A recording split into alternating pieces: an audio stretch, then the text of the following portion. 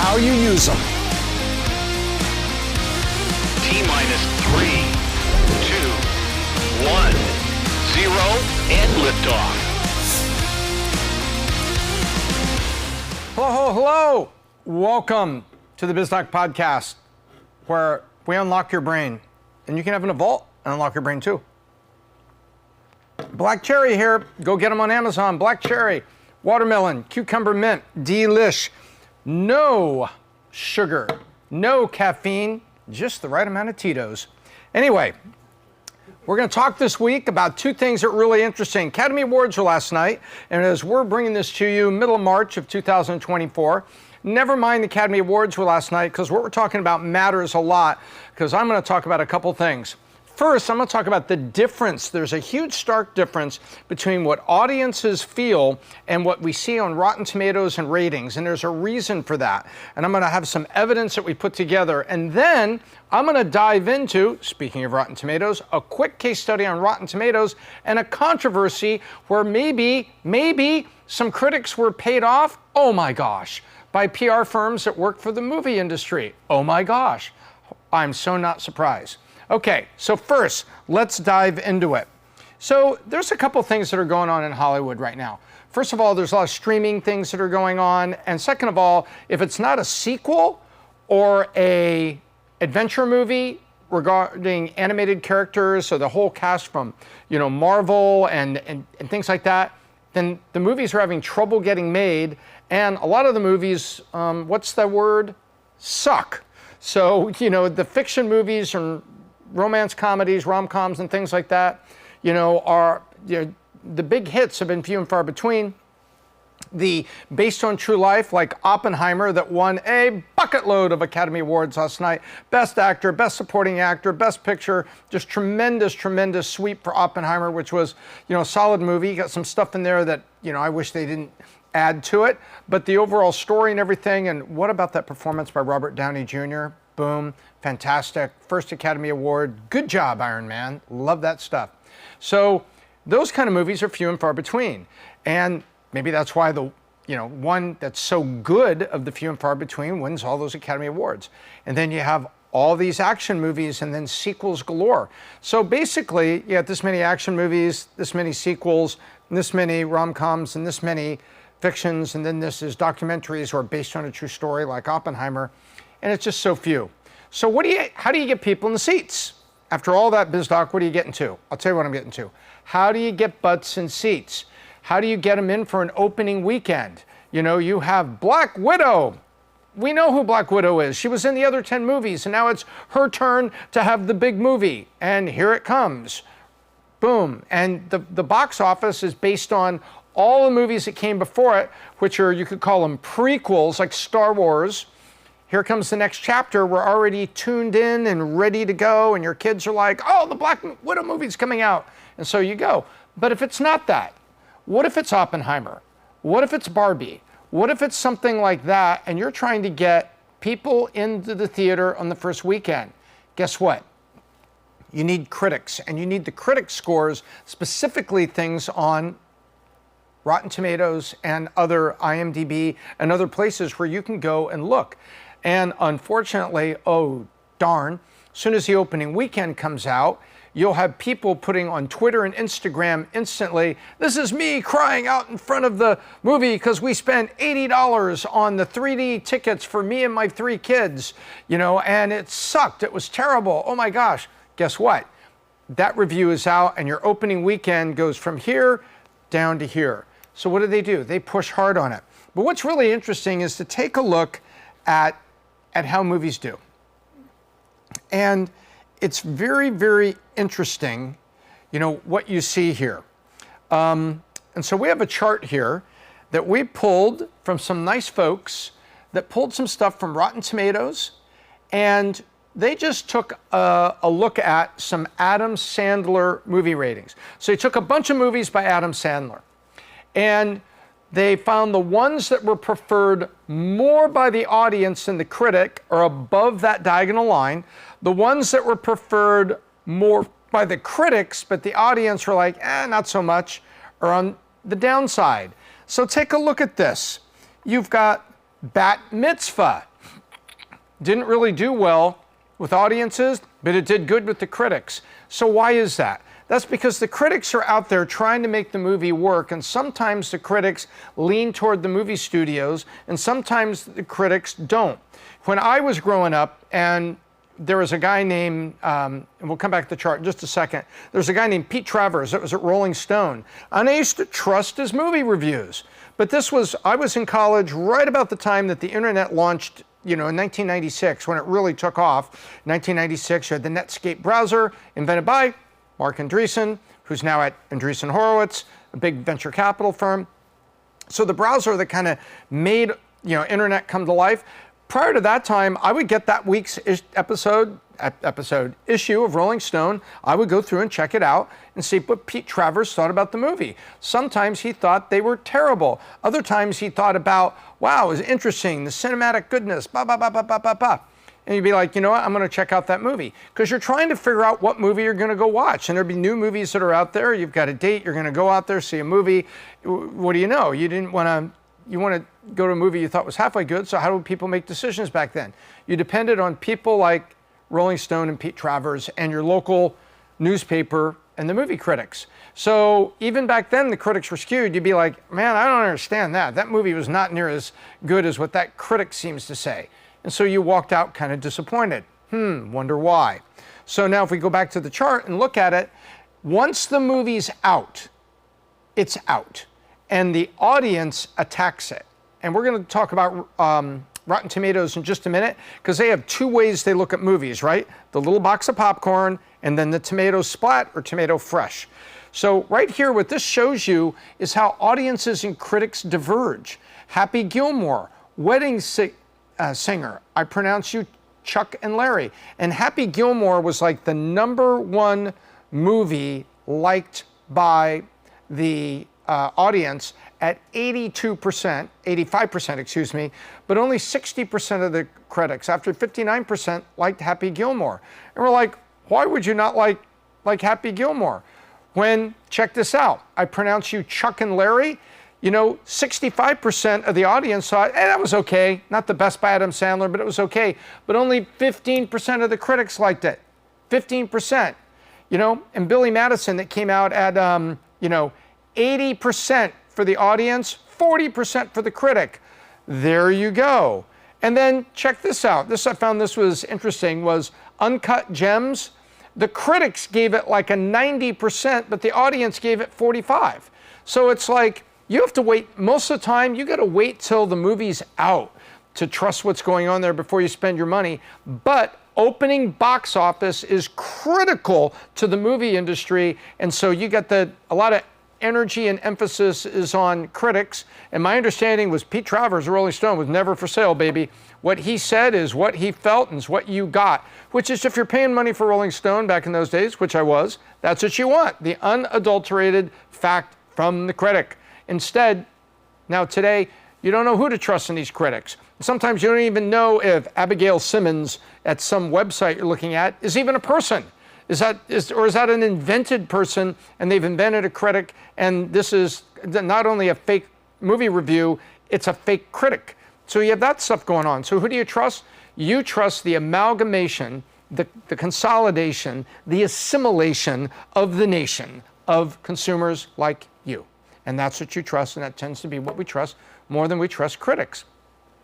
Once the tomato meter is off, everybody goes to audience score. And I've even joked with my wife about movies. I'm like, look at this, 71% fresh, but this is a tipped over popcorn box at like 48%. So the audience didn't really like it. That's very interesting. And so guess what? That guides me and that guides the Ellsworth household, along with reviews to see what kind of material is in that maybe I don't want my daughters to see because they're still younger, or at least one of them is. So that's it. But speaking of Rotten Tomatoes, there was a big scandal that happened with Rotten Tomatoes regarding busted is the word that happened to a movie studio over a film. And when the news of it finally leaked out last year, it was a big news story. And now that bubbled up again because we were having the Academy Awards last night, and people talked about, as an industry, can we do more than, they called it the summer of Barbenheimer. meaning Barbie and Oppenheimer was the only two real interesting movies for the summer, and it's the summer of Barbenheimer, and that was it. And so, boom, away we go. So that's it. People want more good movies, and guess what? You're not going to force feed them. But we're going to go talk about a little bit of the dawn of Rotten Tomatoes, and then what happened in that scandal and how we ended up in this place. So I'm going to take my vault, unlock your brain. Let's see, I can go unlock your brain with a story about fake reviews, a website that's been around forever, Rotten Tomatoes, and the story of how it happened. I'm going to go down to Studio B and check it out. Hello, hello, hello, my beloved board. I found my board and my vault. Black Cherry Vault. Black Cherry and Tito's, the official drink of the Biz Doc. Just never before 9 a.m. Anyway, I'm messing with you. Okay, so we talked about a bunch of things related to movie critics. And what is one of the biggest sites of the last 25 years that we all depend on to make decisions about the critics and ourselves? And that is, of course, Rotten Tomatoes. Last night was the Academy Awards of 2024. As we filmed this in March of 2024, whole lot of films won, and they give out all the awards and everything. Oppenheimer, very cool film. Barbie, very interesting film, only won one Academy Award. Oppenheimer swept everything. But those were great movies, and we agree they're great movies. But all the rest of the movies that you want to see, it's maybe not the next Avengers, the next Marvel, or something like that. And you really want to know what it's about. We've been trusting Rotten Tomatoes. So we're going to talk a little bit about some headlines that happened with Rotten Tomatoes that caused all of us to go, what? Rotten Tomatoes is potentially rotten itself? I can't trust them? Well, let's go on a little journey to find out where they came from, and most importantly, who owns them now, to see what you can trust and how they say they measure. And if they're telling the truth, that's how they measure. But more importantly, what are the messages? What are the things for you and me as we put our name out there? Maybe you are a custom barber and you depend on Google reviews, or you depend on Yelp in your town. You're using reviews too on a small scale. So let's take some lessons from Rotten Tomatoes on how we can have authentic reviews and get the most out of them. So here we go. So here's the headlines that are coming up, and this is how I kind of chose Rotten Tomatoes. Rotten Tomatoes under fire, that would be bad, after PR firms schemes are never good, to pay critics for positive reviews uncovered. What? A movie studio gave a bucket of money to a PR firm who gave it to critics to make fake reviews? Oh my gosh! Wait a minute. We all knew it. We would look at some of these reviews. We knew it. We would say, how does the audience say 90 and the critics say 30? How does the critics say 90 and I'm supposed to go here? And I spent extra money on 3D glasses, brought my niece and nephew, spent $40 for 3 people for tickets, and it sucked.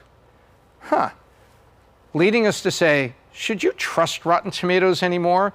Inside the review manipulation scandal. These are headlines. This is not the Biz Doc writing here. These are headlines that are asking exactly the question that you and I are asking, especially with the cost of going to the movies nowadays. And of course, we have familiar, the rotten, the fresh, and then the certified fresh. We'll find out what that means. It's not just fresh, it's certified fresh. And finally, consumers like it, consumers don't. And let's dive in. So, oops, this is a little backwards. So anyway, I'll put everything up here. Sorry about the thing landing up backwards. Anyway, it was actually founded out there in California, technically in Berkeley, in stealth mode by Seng Duong. And he wanted to rate Jackie Chan action movies. So he starts writing this algorithm in his dorm at Berkeley to do that. And then he gets a couple people together for the launch, Patrick Lee and Stephen Wang, and they all worked at the place called Design Raptor. So basically, this guy gets his buddies, they all come together, he wants to rate Jackie Chan action movies. People are like, hey, that's pretty cool, why don't we go public and like rank other movies? And there's a story that goes with it, where there was a Jackie Chan movie that was supposed to come out, but it didn't come out, then it was delayed, and then it finally came out. And the story is during that gap where they're waiting for the next Jackie Chan movie to come out, because they were all excited and they would share this with a small group of friends, they said, well, hell, why don't we rate other movies? Ta-da! Rotten Tomatoes is born. So, in 2004, so 4 years later, it's doing pretty good. It was acquired by IGN. You know IGN, the video games rating site. You could go to IGN and you had all the individual channels, one for PlayStation, one for Xbox, one for GameCube, one for PC, and the purple one was for Jamdat Mobile for mobile games. Yes, that's right. I was part of the Jamdat gang back in the day. And so it was acquired by IGN. So now Rotten Tomatoes is in a video game rating site. Okay, well, that's interesting.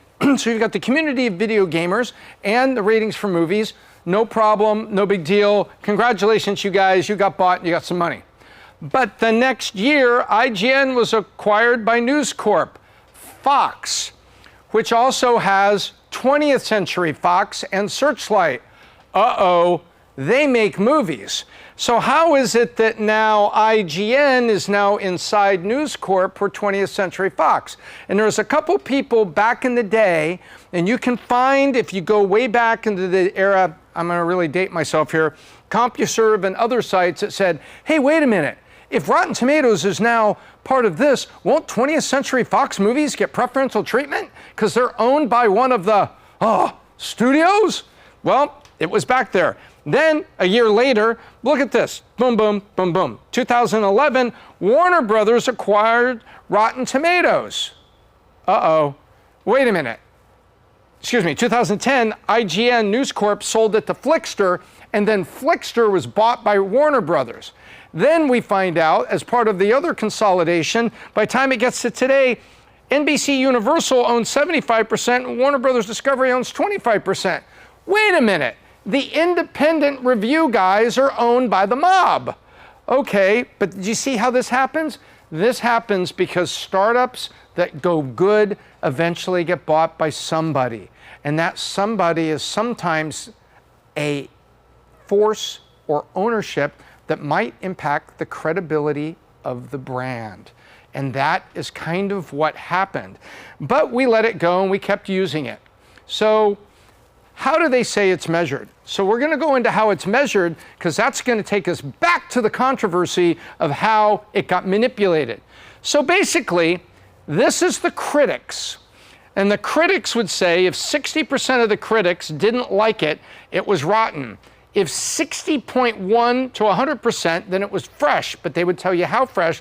And finally, it would be certified fresh if it was 70%, with 80 reviewers and 5 top critics. So in other words, there was something in there. So to be certified fresh, you had to have 5 top critics, you had to be 70% on the tomato, and there had to be 80 critic reviews. That's quite a bit. In other words, there's got to be a very popular movie, like an Oppenheimer, that had enough critics willing to write about it, or bribed. Let's go look.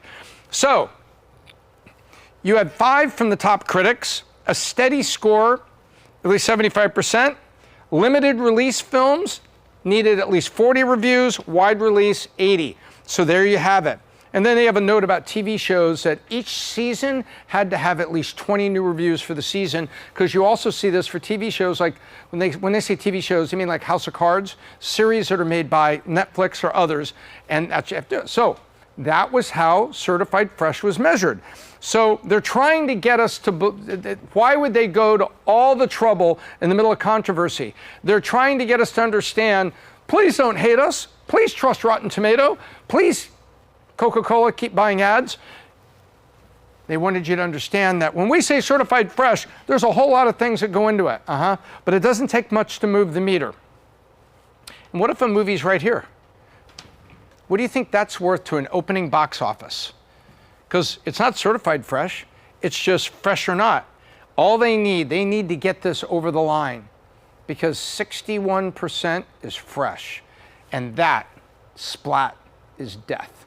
So now you see the incentive for the studios to do everything they can to get critics to move the needle, because this is what you and I are depending on opening box office weekend, when it's not Black Widow, the next Avengers, or a sequel that's had, like Top Gun Maverick, the sequel that's had so much hype that we don't need Rotten Tomatoes to tell us anything. It's a movie like Oppenheimer. What's an Oppenheimer? What's an Oppen? And how do you Heim it? No, that's a guy's name and it's about World War II and bombs and other things. Okay, what's it all about? Well, that's where you and I are going to look at, see what all the fuss is about, and we're going to look at what the critics say when it's time for opening weekend. So, then you get to you and me, the Trustable Americans. And check this out. To receive a full bucket of popcorn, it's 60% of users give a film or show a star rating of 3.5 or higher. So in other words, 3.5 or higher is 70%. So we have to say 70% or better, because a 3.5 stars is 70. 4 stars is an 80. See what I mean? So the critics, they got these numbers. This we're putting in stars because we know what 5 stars are. And why do they use stars? We use stars for everything. We use it for Yelp. We use it for Amazon. We use it for everything.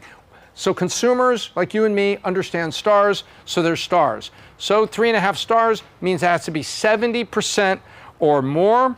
And a tip bucket of popcorn, it's less than 60% of users of 3.5 or higher. So in other words, it's the percent of users that rate it 3.5 stars or higher. So it's not just 3.5 stars, you got to get that many users that have done that. So here you have 7,384 ratings, 4.1. That's a pretty you'd say that's the audience really seems to like it, because a lot of people at 4.1 here, suddenly the audience score, what does that match? What does that look like? What does that look like?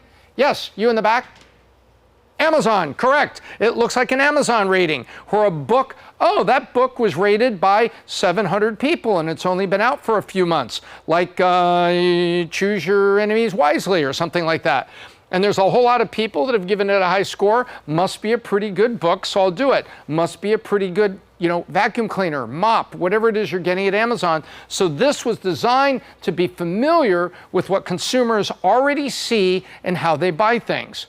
Well, and then you compare it. So here's an example of a 94 and a 71. The critics loved it. Oh, I love the art. I love the dynamic. And I've always loved Emma Stone. Well, maybe that's real. Maybe that's authentic. She's won 2 Academy Awards. Good Lord. She's a wonderful actress. She's got a great draw at the box office. Maybe you love it.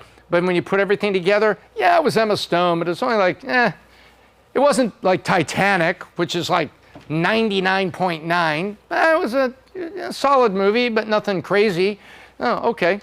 Romantic comedy, maybe a little too long, but still gets about 71%. That's pretty good. So you can see it. But this is the methodology they were using.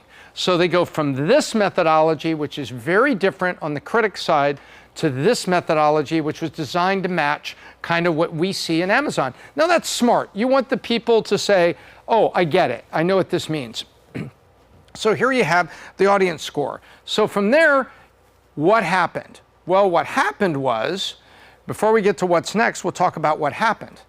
There was a PR firm that was paying $50 per review to critics very early in the release of the film. And those critics would then write it. Now, they figured out who Rotten Tomatoes was using as the critics, and they went to those critics, because Rotten Tomatoes has what they call the pool of critics. So you hear them say, the president's giving a speech, and the reporting pool, those are the people, there's somebody authorized from ABC, CBS, Fox, Reuters, Daily Mail, all the independent resources. That's the pool of reporters that are authorized to cover the president. Guess what? Rotten Tomatoes has a pool of critics they use. What if you know who those critics are? And what if you know your movie's going to be on the edge? And what if you want to make sure that movie's fresh? And what if you had some money that the PR firm that just so happened was paid to you by the studio, because the studio goes to the PR firm, hey, can you work on the big release of our movie? And then you took some of that money and you're like, something for you, something for you, something for you, because you're not trying to get 100%. You're just trying to get to 61% so that it's fresh, and anything above it is good news. But now you end up with a scandal because it got exposed. And that's what the scandal was about, that the PR firm did it. Well, the people like me, when we read that, we were like, I knew something was fishy. I knew it. I've seen so many years, critics say 90, and I go to the movie, 30 at best, 90 for critics. They must just like the movie and they like the actor and actress or the director, or they liked $50. maybe that's what it was. So now then, what's next for Rotten Tomatoes? First of all, this is where I normally have what's next and what's in it for you. I'm putting them both on one slide for us. First of all, credibility is priceless. If you're trying to get reviews, like I said, maybe you're a tattoo artist. Maybe you do custom haircuts and you have a van and you go and you cut people's hair in their house. I've seen people do that. Especially guys that go and there's like 5 guys together and they're putting designs on the side of their head in the shave and the fade and whatnot. And you want to be known as, you know, Joe, the super cool remote haircut guy. Well, guess what? Your credibility is priceless on Yelp. Oh, Joe came to the house, he did my 3 sons and me, it was great, wonderful fades, put some little stripes there for my kid and a lightning bolt from my other kid because they like that sort of thing. Great guy, good price, right? How valuable is that credibility? That credibility is priceless. Well, it's priceless for them as it is for us. In the case of Rotten Tomatoes, the audience is now skeptical. We were skeptical before, but now we're very skeptical because even though they said, no, the scandal's over, we're all done, everything's done, well, guess what? The audience is skeptical. And streaming transition is a catalyst. Why is it a catalyst? Because the theatrical war is almost over. For $250, we can get a 55-inch 4K TV in our house, along with a $99 soundbar and woofer, and we have a pretty damn good experience watching on streaming for $16 on Netflix a month, or $18, whatever it is now. But it's not $30 for a family of 3, mom, dad, and a kid to go see a movie. And by the way, $45 if it's 3D, so or more. So theatrical war is almost over. COVID started it, and streaming may finish it. You can still go to the theaters. There's a lot of good theaters out there. There's a lot of good theaters. You can get drinks and eat and stuff. But overall, the dawn of the 13 theater multiplex and everything, being on 3 of them in town, that's coming to a close. So that means that the people that make movies are desperate for reviews, and desperate people do desperate things. And lastly, ownership is known and problematic. We know who owns them, and many can't get past it. And that's not unreasonable. Oh, no. Don't look at that. Don't look behind the curtain. But many consumers can't get past the fact that right now Rotten Tomatoes is owned by 2 of the largest studio conglomerates, entertainment conglomerates. And they're like, how can they not be biased? How can they not walk down the hall? You know, we spent $400 million making this film. I need a 70% fresh on opening weekend, dude. And talk to some kid at the Cube. You tell me that doesn't happen? You're telling me that $750 million spent to make the most recent Marvel movie or something, that they're not desperate to make sure every box is checked to go live on opening weekend? Of course they are. So does it happen? I can't accuse Rotten Tomatoes of that, but those articles sure were pretty damning about what happened with that PR firm. So for you and me, credibility is priceless, and we need perfect credibility. Don't mess with the reviews. Whether you're selling something on Amazon or it's your Yelp or your Google review, let your yes be yes, your no be no, and let good people give you a good review and be known as the bright, shining example. It will pay you dividends. And as for this, we knew it was skeptical. So you know what? Wait for opening weekend. If you got to be there opening weekend because your kids can't wait to see Black Widow 6, then go. But for everything else, maybe let the Friday, Saturday of opening weekend go by and go wait and see what people like yourself are saying on Yelp, they're saying on Twitter, X, and are saying, yes, on Rotten Tomatoes when you get up to 500, 600, 700 people who have seen it and the popcorn is tipped over. Maybe sit at home, watch something on Netflix and save the bucks. Anyway, I hope you've enjoyed that. I enjoyed the lesson for us because it's a lesson in integrity, and I find more consumers than companies have integrity, unfortunately, and I'm happy to uncover it and happy to talk about it. So now, thank you for that. I'm gonna grab my vault, which you can get at Amazon. Black cherry, cucumber mint, watermelon, unlock your brain, no sugar, no caffeine, and I hope I unlocked your brain here, and I hope you enjoy the weekend and see a good movie, whether you're at home or at the theater. All right, I hope you enjoyed that. I hope that was interesting, especially in a world of digital reviews, and many of you have got Yelp reviews or Google reviews for your business. Now we understand how important it is for the integrity of those reviews so people can trust it and know that it's truly about your business and it's truly you, and then come trust you with their dollars to buy stuff from you, come to your business, whatever the case may be. But I hope you enjoyed that case study on Rotten Tomatoes for that. And if you like these case studies from the Biz Doc, here's a couple from the Biz Doc archive that I think also might be interesting to you as you build your business. Until next time, I'm Tom Ellsworth, the Biz Doc, and I hope I left you better than I found you.